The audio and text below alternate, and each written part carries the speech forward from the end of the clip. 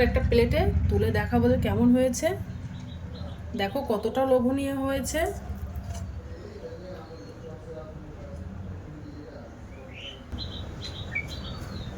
Hello বন্ধুরা, তো আমি আজকে আবার অন্যদিনের মতো নতুন একটা রেসিপি নিয়ে এসেছি।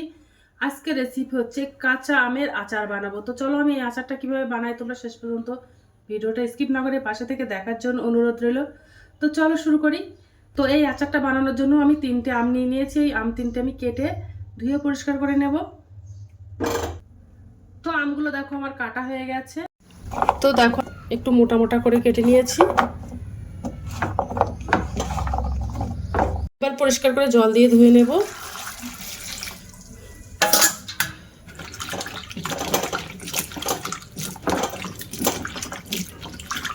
এবার আমি রান্নাটা শুরু করব। প্রথমে আমি একটা উনানে কড়াই দিয়ে দিলাম। এবার গ্যাসটা অন করে দেব। গ্যাসটা অন করে দিলাম। এবার আমি কড়াইতে একটু সাদা তেল দিয়ে দেব। তো সাদা তেল দিয়ে দিলাম। এবার আমি কিছুটা ফোড়ন দিয়ে দেব।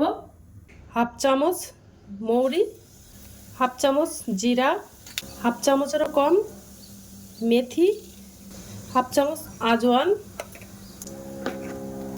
3টে শুকনো লঙ্কা, হাফ চামচ সরিষা আর হাফ চামচ কালো জিরা। ওর মধ্যে একটু হিং দিয়ে দেব। দিয়ে একটু তেলে নাড়াচাড়া করে নেব হালকা, যেন পুড়ে না যায় মশলাটা।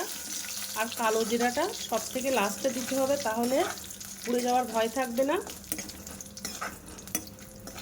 তো মশলাটা হালকা একটু ভাজা করে নিয়েছি। এবার আমি ওর মধ্যে আমগুলো দিয়ে দেব।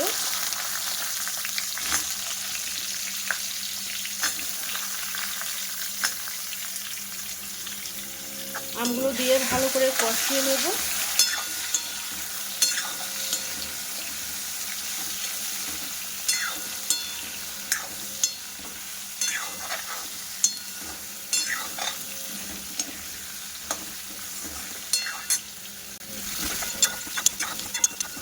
ওর মধ্যে একটু জল দিয়ে দেব, যেন মশলাটা পুড়ে না যায়। এমন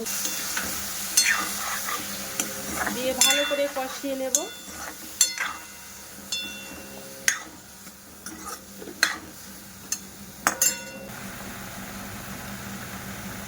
এবার আমি 1 চামচ লঙ্কার গুঁড়ো দিয়ে দেব।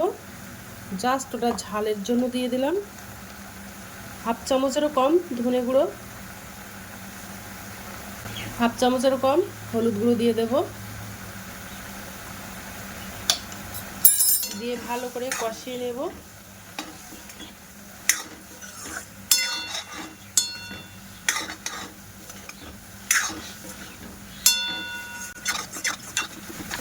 একটু কাশ্মীরি লাল লঙ্কার গুঁড়ো দিয়ে দেব একটা কালারের জন্য। দিয়ে এবার একটু কষিয়ে নেব ভালো করে।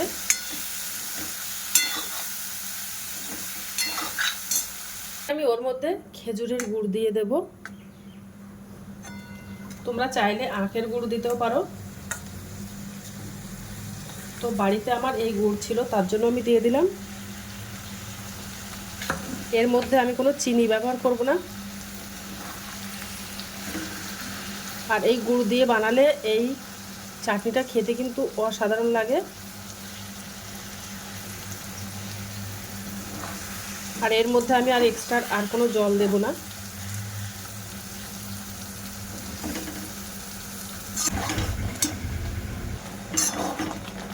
এবার আমি ওর মধ্যে একটু নর্মাল যে নুনটা খাই ওই নুনটা দিয়ে দিলাম, হাফ চামচেরও কম।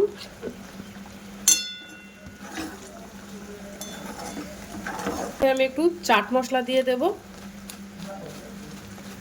চাট মশলাটা দিলে খেতে কিন্তু খুব ভালো লাগে, তার জন্য দিয়ে দিলাম। 2টো এলাচ ফেটিয়ে দিলাম। দিয়ে একটু নেড়ে দেব। এর মধ্যে আমি একটু বিট লবণ দিয়ে দেব, হাফ চামচেরও কম দিয়ে দিলাম।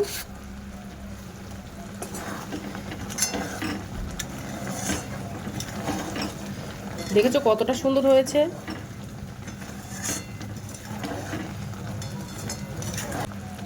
1 চামচ ভিনিগার দিয়ে দিলাম। এই ভিনিগারটা দিলে অনেকদিন তোমরা এই চাটনিটা সংরক্ষণ করে রেখে দিতে পারবে। দিয়ে এবার হালকা একটু জাল করে নেব।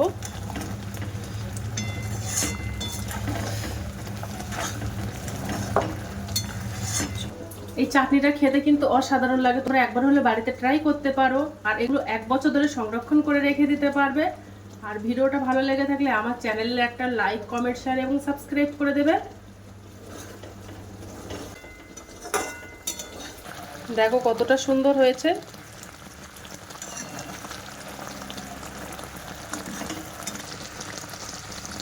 এবার আমি গ্যাসটা অফ করে দেব, তারপরে ঠান্ডা করে তোমাদেরকে দেখাবো যে কেমন হয়েছে। এবার একটা প্লেটে তুলে দেখাবো যে কেমন হয়েছে। দেখো কতটা লোভনীয় হয়েছে।